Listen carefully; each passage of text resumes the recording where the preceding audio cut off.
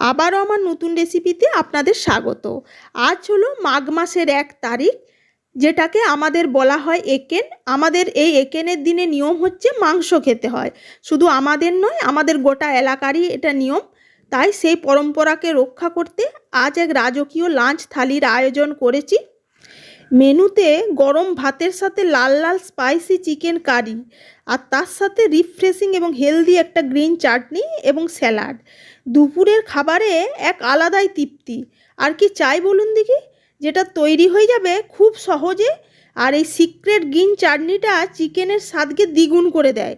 যারা ঝাল খেতে ভালোবাসেন তাদের জন্য তো বলবো একবার অবশ্যই ট্রাই করুন। তাই স্কিপ না করে পুরো ভিডিওটা দেখুন। আর কাদের এমন নিয়ম অবশ্যই কমেন্টের মাধ্যমে জানাবেন। লাঞ্চ থালির আয়োজন, তাই অনেক কটাই মেনু আছে। তাই সেসব মেনুগুলো করার জন্য সবার প্রথমে এই যে দেখুন, আমি একটা মশলা তৈরি করে নেব। এই যে তার জন্য মিক্সির জারের মধ্যে নিয়ে নিলাম 2টো ছোটো সাইজের টমেটো, ঝালের জন্য কাঁচা লঙ্কা আর আর্ধেকটা পেঁয়াজ। এটার একটা মিহি পেস্ট তৈরি করে নেব। আপনারা যেমন ঝাল পছন্দ করেন লঙ্কাটা সেই অনুপাতে অ্যাডজাস্ট করে নেবেন। আমি এটা চিকেনের মশলাটা রেডি করে নিলাম। এবার রান্না করার জন্য গ্যাসে কড়াই বসিয়ে দিয়েছিলাম। কড়াইটা ভালো মতো গরম হয়ে যাওয়ার পর এর মধ্যে দিয়ে দিলাম সর্ষের তেল। তেলটা ভালো মতো গরম হয়ে যাওয়ার পর এর মধ্যে ফোড়ন হিসেবে দিয়ে দিলাম একটা তেজপাতা আর গোটা গরম মশলা, গোটা জিরে আর ওই 4 থেকে 5টা গোলমরিচ। এবার শুকনো এই গোটা মশলাগুলো তেলের মধ্যে প্রথমে ভালো করে ভেজে নেব। আর সাথে একটা জয়িত্রীও দিয়েছিলাম। নিয়ে মশলাটা যখন ভালো গন্ধ বেরাবে ভাজার, তখন এর মধ্যে দিয়ে দিলাম কুচানো পেঁয়াজ।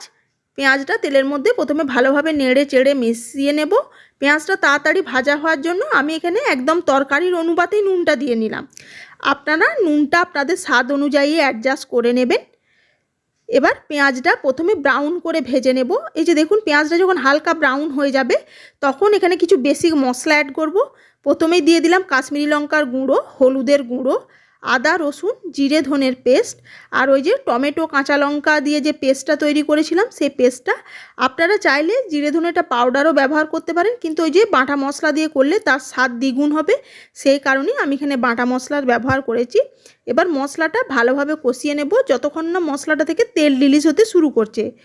মশলাটা যাতে পুড়ে না যায় তাই আমি একটু একটু করে ওই মিক্সির জার ধোয়া জল দিয়ে মশলাটা ভালোভাবে কষিয়ে নিচ্ছি। আর বললে বিশ্বাস করবেন না, এই পদ্ধতিতে চিকেনটা বানালে তাড়াতাড়িও তৈরি হয়ে যাবে আর খেতেও হবে ভীষণ সুস্বাদু। একদম দুপুরের লাঞ্চ থালিটা জমে যাবে। এই যে দেখুন, আপনাদের সাথে গল্প করতে করতে মশলাটা কষানো হয়ে গেছে। এবার এর মধ্যে দিয়ে দিলাম ওই যে চিকেনটা ধুয়ে পরিষ্কার করে রেখেছিলাম, সেই চিকেনটা দিয়ে দিলাম। এবার চিকেনটা মশলার সাথে ভালোভাবে ওই মিনিট 2 সময় ধরে কষিয়ে নেব। আর অবশ্যই কিন্তু গ্যাসের ফ্লেমটা এখানে বাড়িয়ে দেবেন। মানে চিকেনের মধ্যে যদি কোনো জার্ম থাকে, এই বাড়িয়ে দেওয়ার কারণে হাই হিটে সেই জার্মগুলো নষ্ট হয়ে যায়। আর আমি কিন্তু দেখুন চিকেনটা কোনো ম্যারিনেট করিনি, একদম ডিরেক্ট কাঁচা চিকেনটাই এই মশলার সাথে দিয়েছি। মিনিট 2 কষানো হয়ে যাওয়ার পর এর মধ্যে দিয়ে দিলাম আলু। বাঙালি বুঝতেই পাচ্ছেন, একটু আলু না দিলে দুপুরের খাওয়াটা ঠিক জমবে না, সেই কারণে এর মধ্যে দিয়ে দিলাম আলু। এবার চিকেন আর আলু প্রথমে মশলার সাথে ভালোভাবে কষিয়ে নেব। এইভাবে ভালোভাবে মিশিয়ে নেওয়ার পর মিনিট 2 কষিয়ে নেওয়ার পর একটা ঢাকা দিয়ে দেব। নিয়ে ঢাকা দিয়ে মশলা মানে চিকেনটা কষাতে দেব। আর অবশ্যই একবার করে ঢাকা খুলে নেড়ে দেব, না হলে তলায় পুড়ে যাবে। এইভাবে চিকেনটা কষিয়ে নিয়ে ফিরে আসছি।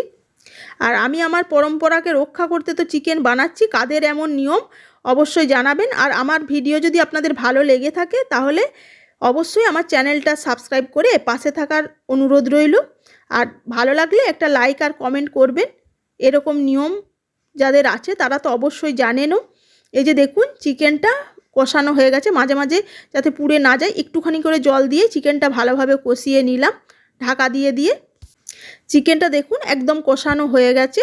এবার সবার লাস্টে দিয়ে দিলাম গরম মশলা পাউডার। নিয়ে গরম মশলা পাউডারটা দিয়ে চিকেনের সাথে ভালোভাবে মিশিয়ে নেব। নিয়ে গ্রেভি বানানোর জন্য দিয়ে দিলাম পরিমাণ মতো গরম জল। আপনারা যেমন গ্রেভি পছন্দ করবেন সেই অনুপাতে জলটা অ্যাডজাস্ট করে নেবেন। এবার গরম জলটা দিয়ে এটা ঢাকা দিয়ে রান্নাটা হতে দেব। আর নুনটা আপনারা এই অবস্থাতেই চেক করে নেবেন। চিকেনটা হতে হতে চলুন দ্বিতীয় রান্নায় চলে যায়। একটা স্বাস্থ্যকর হেলদি রিফ্রেশিং গ্রিন চাটনির রেসিপি তৈরি করেছি, সেটাও এর মধ্যেই শেয়ার করে দিচ্ছি। এই যে দেখুন, আমি এখানে পামকিন সিড, যেটা মিনিট 15-20 আগে জলে ভিজিয়ে রেখেছিলাম, সেই ভিজানো সিডটা নিয়ে নিলাম। এবার এর মধ্যে দিয়ে দিলাম একে একে এই যে 3 থেকে 4 কোয়া রসুন, 1 ইঞ্চির মতো আদা, আর ঝালের জন্য কাঁচা লঙ্কা, আর এই যে ফ্রেশ ধনেপাতা। এখন শীতকালে ধনেপাতা তো অ্যাভেলেবেল, যদি পুদিনা পাতা পছন্দ করেন আপনারা পুদিনা পাতাও ব্যবহার করতে পারেন। এবার এটা এর মধ্যে দিয়ে দেব স্বাদ অনুযায়ী নুন, নিয়ে এটার একটা মিহি পেস্ট তৈরি করে নেব। আমার এখানে জল দেওয়ার প্রয়োজন পড়েনি, তবে আপনারা যদি চাটনিটা একটু পাতলা পাতলা পছন্দ করেন সেক্ষেত্রে অল্প জল দিয়ে চাটনিটা তৈরি করে নিতে পারেন। আর এদিকে দেখুন, চাটনি করতে করতেও আমার চিকেন পুরো রেডি হয়ে গেছে, খুব সুন্দর একটা গন্ধও বেরিয়েছে। এবার চিকেনটা চলুন নামিয়ে সার্ভ করে দিই। আর গ্রেভিটা আমি এরকমই রেখেছি, কারণ ঠান্ডা হয়ে যাওয়ার পর এটা গ্রেভিটা অনেকটাই অ্যাডজাস্ট হয়ে যাবে। আর এই যে দেখুন, চাটনিটাও তৈরি হয়ে গেছে। এবার একটা পাত্রের মধ্যে চাটনিটা নিয়ে নিলাম, উপর থেকে দিয়ে দেব লেবুর রস। একদম টক ঝাল, একদম সুন্দর একটা রিফ্রেশিং ব্যাপার আসবে দুপুরে লাঞ্চের থালির সাথে। এই চাটনিটা থাকলে পুরো চিকেনের স্বাদই বদলে যাবে। এতটাই সাধারণ একটা চিকেন কারি, তার স্বাদটা একদম অসাধারণ হয়ে উঠবে, একদম জিভে জল আনা মেনু।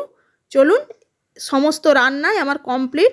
আর তার সাথে ফুলকপি আলু মটরের একটা সবজি বানিয়েছিলাম, সেই সবজিটা আর এই ভিডিওতে শেয়ার করলাম না, অনেকটাই বড় হয়ে যাবে। যদি ফুলকপি আলু মটরের সবজিটা আপনারা দেখতে চান অবশ্যই কমেন্টের মাধ্যমে জানাবেন, আমি আমার পরবর্তী ভিডিওতে সেসব শেয়ার করে দেব। এই যে সুন্দর করে দুপুরের থালিটা সাজিয়ে নিয়েছি নিজেদের পরম্পরা রক্ষা করতে। মেনুতে রেখেছি সাদা ভাত, ফুলকপি আলু মটরের সবজি, চিকেন কারি, আর ওই যে গ্রিন চাটনি, স্যালাডে নিয়ে নিয়েছি লেবু আর পেঁয়াজ।